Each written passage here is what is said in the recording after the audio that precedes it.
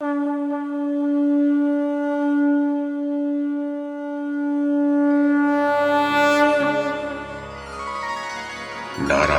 नमस्कृत्य नरं चैव नरोत्तमं देवीं सरस्वतीं व्यासं ततो जयमुदीरयेत्।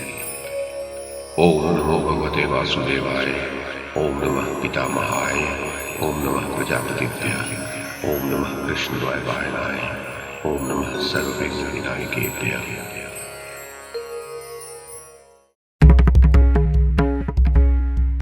नमस्कार।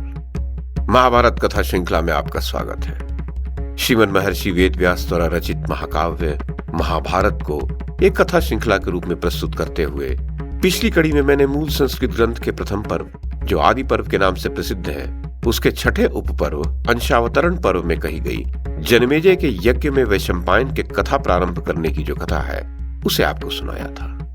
अब इस कड़ी में इसी अंशावतरण पर्व में वैशंपायन द्वारा महाभारत महात्म का उल्लेख की जो कथा कही गई है, उसे मैं कमल किशोर आपको सुनाता हूं।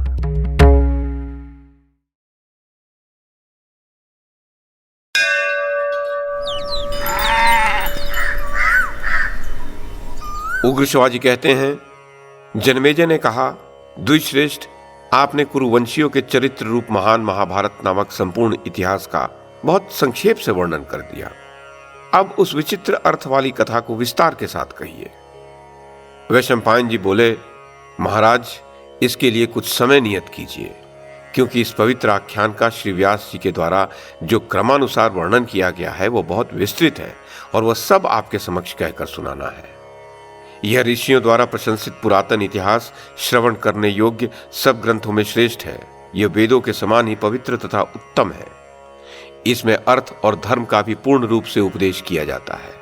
इस परम पावन इतिहास से मोक्ष बुद्धि प्राप्त होती है। जिनका स्वभाव अथवा विचार खोटा नहीं है, जो दानशील, सत्यवादी और आस्तिक हैं, ऐसे लोगों को व्यास जी द्वारा विरचित वेद स्वरूप इस महाभारत का जो श्रवण कराता है, वह विद्वान अभीष्ट अर्थ को प्राप्त कर लेता है। साथ ही वह भ्रूण हत्या जैसे पाप को भी नष्ट कर देता है, इसमें संशय नहीं है।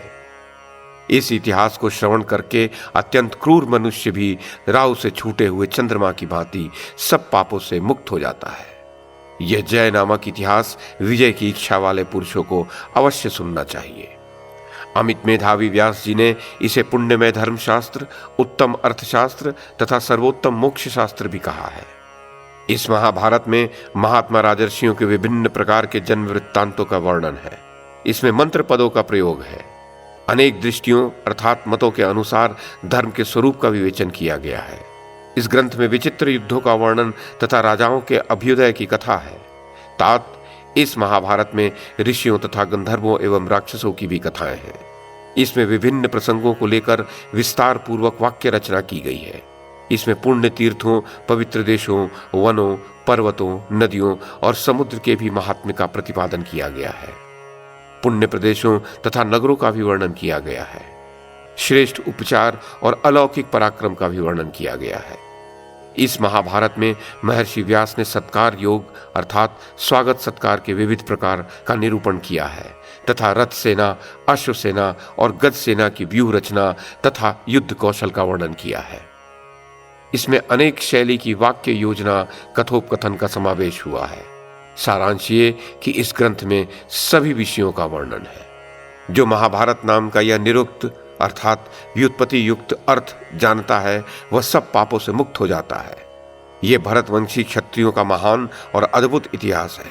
अतः निरंतर पाठ करने पर मनुष्यों को बड़े से बड़े पाप से छुड़ा देता है। राजा जन्मेजय, शक्तिशाली आप्तकाम मुनिवर श्री कृष्ण द्वैपायन व्यास जी प्रतिदिन प्रातः काल उठकर स्नान संध्या आदि से शुद्ध हो आदि से ही महाभारत की रचना करते थे। महर्षि ने तपस्या और नियम का आश्रय लेकर 3 वर्षों में इस ग्रंथ को पूरा किया। इस कारण ब्राह्मणों को भी नियम में स्थित होकर ही इस कथा का श्रवण करना चाहिए।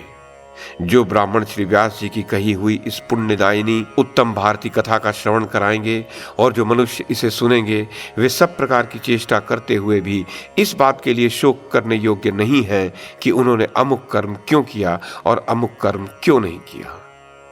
जैसे ऐश्वर्यपूर्ण समुद्र और महान पर्वत मेरु दोनों रत्नों की खान कहे गए हैं, वैसे ही महाभारत रत्न स्वरूप कथाओं और उपदेशों का भंडार कहा जाता है।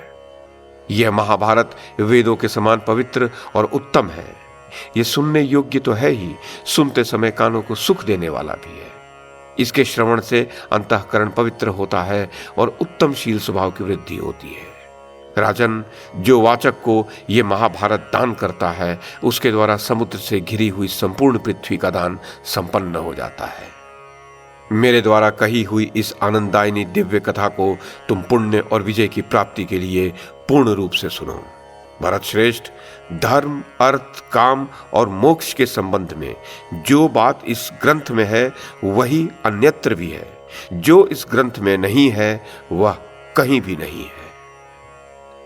दर्शकों को मैं फिर से बता दूं कि वैशंपायन जी कहते हैं कि धर्म, अर्थ, काम और मोक्ष के संबंध में जो बात इस ग्रंथ में है वही हर जगह है। जो इस ग्रंथ में नहीं है वह कहीं नहीं है। तो ये थी आदि पर्व के छठे उपपर्व अंशावतरण पर्व में कही गई वैशंपायन द्वारा महाभारत महात्म का उल्लेख की कथा। इस कड़ी में बस इतना ही। अगली कड़ी में इससे आगे की कथा सुनाऊंगा।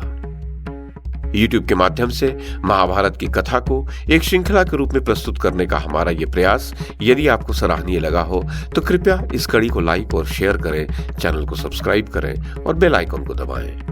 साथ में अन्य लोगों को भी देखने के लिए प्रेरित करें। धन्यवाद और नमस्कार।